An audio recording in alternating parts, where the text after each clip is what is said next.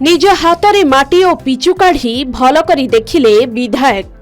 गोड़े रास्तार पिचु और मेटाल काढ़ी जांच कले। हाँ आज्ञा, प्रधानमंत्री ग्राम्य सड़क योजना रास्ता को देखी अबाक हेले नवरंगपुर विधायक गौरी शंकर माझी।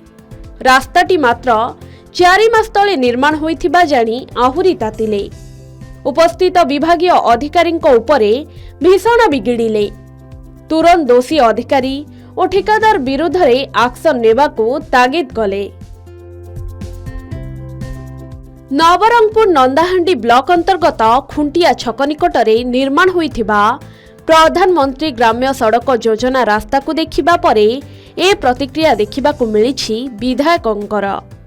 नवरंगपुर डोंगर भेजा जाउतबा पीडब्ल्यूडी रोड खुंटिया छकरू आपणकर तारागुड़ा और डेंगा टतागुड़ा देकर जो प्रधानमंत्री रास्ता जाइए 2022 रु आरंभ हो 2023 रे सरीबा कथा, किंतु 2022-23 रे काम को माने स्लो करी 2024 रे साधारण निर्वाचन थिबा बेले जेतेबेले काम जदि करदेले कौनसी अधिकारी किंबा कौनसी प्रतिनिधि देखिबे नहीं तार लाभ उठेगी खुंटियारू जो डेंगा टटागुड़ा जाइए सी रास्ता तरतरिया भाव में आरंभ कर देइथिले एवं सरकार जो नियम प्रकार अच्छी माटी केते लागिबा कथा, मुरुम चिप गोड़ी मेटाल केते लागिबा कथा, बजरी केते लागिबा कथा, पिचु केते मिसिबा कथा संपूर्ण फॉलो करनाहंती। खुंटिया छकरू डेंका तटागुड़ा को जीवा पाई नवरंगपुर ग्राम्य निर्माण विभाजन विभाग पक्षरु रास्ता निर्माण करा जाइछि।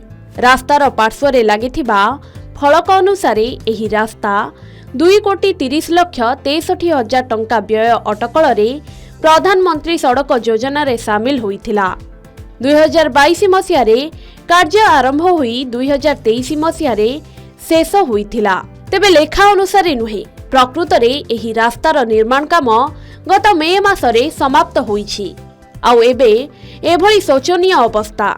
रास्तार केवल जे स्थाने स्थाने पिचु उठिछि ताहा नुहे, पूरा रास्तार अनेक स्थान रे पिचु प्राय 2 फुट दबी जाई कादुओ रास्ता रे परिणत होई जाइछि, जाहाकू स्थानीय ग्रामवासी नवरंगपुर विधायक गौरीशंकर माझीଙ୍କ निकटरे अभियोग करिथिले।